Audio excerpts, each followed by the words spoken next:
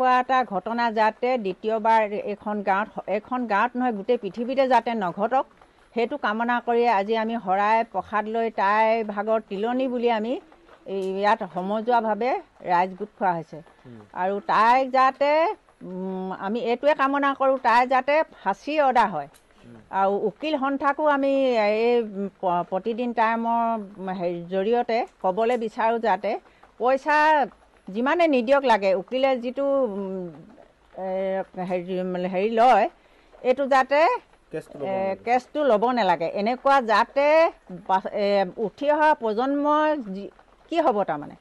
আজি যিবোৰ ছোৱালী বোৱাৰী বৰ্তমান উঠি আহিছে সিহঁতে কি শিক্ষা পাব যদি তাই দুদিনতে জামিন লৈ এখন গাঁৱলৈ আহিবলগীয়া হয় আমি কিন্তু এখন গাঁৱত তাই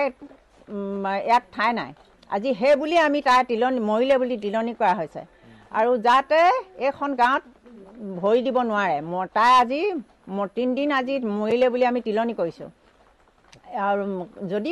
মাক বাপেকে যদি তাইক আনে যাই গাঁও বাহিৰত ক'ৰবাত থাকিব পাৰে এখন গাঁৱত কিন্তু নাই সমূহ ৰাইজসকল আছে আমি একমত হৈ আজি তিলনি পাতি দিছোঁ তিলনি পতাৰ পাছত যদি ৰাইজে এনেকুৱা এটা সিদ্ধান্ত লোৱাৰ পাছত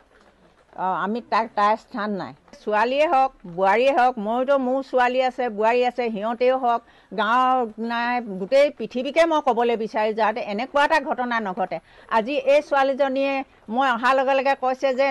ডাইনীজনী নাই তেনেকৈ কৈছে আজি এজনী ছোৱালীয়ে 6 বছৰীয়া ছোৱালী এজনী মাকক ডাইনী বুলি ক'বলৈ কিয় পাৰিলে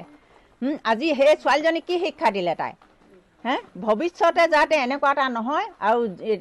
এনেকুৱা এটা বোৱাৰীয়ে বা ছোৱালীয়ে ভাবিব ন আজি পোহেলিকা কেইদিন থানাত থাকে জেলত থাকিলে ওলাই আহিলে আমিওতো কৰিব পাৰিম আমিওতো দেয়াই খুৱাব পাৰিম আৰু এনেকুৱা এটা ক'বলৈ বিচাৰিছোঁ মই কোনখন ফাৰ্মাচীয়ে বেজী দিলে দৰৱ দিলে সেই ফাৰ্মাচীখন অতি শীঘ্ৰে উলিয়াব লাগে মনত ভাবিয়ে ল'লে দেহে সোমাই ল'লে যে মোৰ মানুহজনক মই মাৰিলোঁ বুলি তেওঁ নিজেই জানিছে মাৰিবলৈ ইমান দিন প্ৰি প্লেনিং কৰিয়েই লৈছে তেতিয়াহ'লে ইয়াৰ কি দুখ কৰিবলৈ কথা থাকিলে কিন্তু যাতে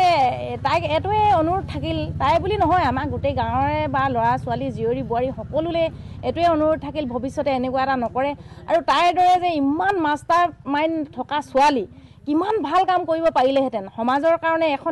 এখন ভাল নিকা সমাজ গঢ়িব পাৰিলেহেঁতেন মানুহজনৰ লগত ওলাই গ'লে আজি আগস্থান দিছিলে এখন গামোচা পিন্ধিব পাৰিছিলে এনেকুৱা এজনী মহিলাই আজি এনেকুৱাখিনি কৰিব বুলি আমিতো সপোনতো ভবা নাছিলোঁ নিজৰ বোৱাৰী নিজৰ জীয়াৰী হিচাপে জ্বলে গ'লেও পহিলিকা ক'ৰ পৰা আহিলা কি আমি আগতে নেমাতিলেও তাইক আমি আগতে মাতোঁ কাৰণ কেলৈ মানুহজনটো এজন ইমান তাৰমানে ৰাজহুৱা কামৰ মানুহ নহয় জানো সেইটো কাৰণে আমি তাইক আগস্থান দিছিলোঁ তথাপিতো ইমান মৰম চেনেহ বুজি নাপায় ইমান পৰকীয়া প্ৰেমৰ কাৰণে যে আজি এইটো পৰিণতি ঘটালে কিন্তু মাক দেউতাকক মই এটাই অনুৰোধ কৰোঁ যাতে তেওঁলোকে যদি উলিয়াই আনিবলৈ চেষ্টা নকৰে তেখেতক আৰু যদি উলিয়াই আনে তেতিয়াহ'লে মাক দেউতাকো চাগে জড়িত আছিল এইটো বুলি আমি মানিবলৈ ৰাইজে মানে আলোচনা কৰিছোঁ আমি সেইখিনি আমি মানিবলৈ বাধ্য হ'ম দেখিছোঁ এটা কথা শুনিছিলোঁ যেতিয়া আনিছিলে যিযোৰ কাপোৰ পিন্ধা আছিলে সেইযোৰ ঘৰতে আছিলে বুলি কৈছে এইযোৰ কাপোৰ তাই বোলে পিন্ধি যায় আমি বিশেষকৈ আমাৰ নিচিনা মানুহে ইমান লক্ষ্য নকৰে মোৰ বয়সৰ আচলতে মানুহে ইমান লক্ষ্য নকৰে যে তাই কি কাপোৰ পিন্ধিছিলে কিন্তু চুইজাৰ পিন্ধিছিলে হয় কি কালাৰ পিন্ধিছিলে এইখিনি লক্ষ্য নকৰে যিখিনি মানে ইহঁতি জানে নিজৰ দেউকে জানে নিজৰ ঘৰৰ ল'ৰা ছোৱালীয়ে জানে ছোৱালীজনীয়ে জানে তাই ওচৰৰ একেবাৰে লগত লাগি থকা মানুহখিনিয়ে জানে এই চুইজাৰযোৰ পিন্ধি যে তাই স্কুললৈ গৈছিলে স্কুলৰ লগৰীয়াবিলাকে জানে কিন্তু এই কাপোৰবোৰ ইয়াত যিখিনি কাপোৰ জ্বলাই দিয়া হ'ল তাৰ উপৰি যিখিনি কাপোৰ তাই পিন্ধিছিলে সেই কাপোৰবোৰ কিন্তু আমাৰ ইয়াত নাই আমাৰ যেতিয়া বাই ভনীবোৰে কাপোৰবোৰ যেতিয়া ৰাইজে উলিয়াইছে ইয়াত জ্বলাবৰ কাৰণে তেতিয়া কিন্তু তাইৰ ভাগৰ কাপোৰ কানি আগতেই চাগে প্ৰি প্লেনিঙৰ মতেই তাই পাৰ কৰালে কিন্তু আৰু বস্তু তাই গহনা গাঁঠৰি আছিলে সেইবিলাকোতো ইয়াত পোৱা নাই এটা বেজী দিব এটা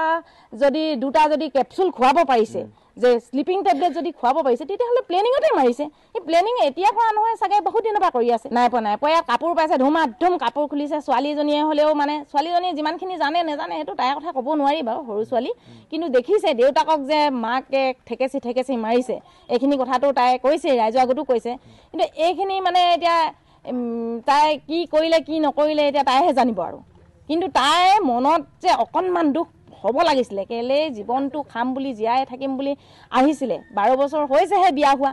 ইমান জল্দি যে ইমান ডাঙৰ কাম কৰিলে যদি ভাবিছিলে মানুহটোক মাৰিমেই বুলি, তাতকৈ নেমাৰি তাই যদি বিয়া হৈ গুচি গ'লগৈহেঁতেন, তেতিয়াওতো আমাৰ ল'ৰা আমাৰ ঘৰত থাকিলেহেঁতেন। এখন সমাজৰ ল'ৰা ভাল এটা মুকুতা বুলি ক'ব লাগিব, আমাৰ এটা ধ্ৰুৱতৰা থাকি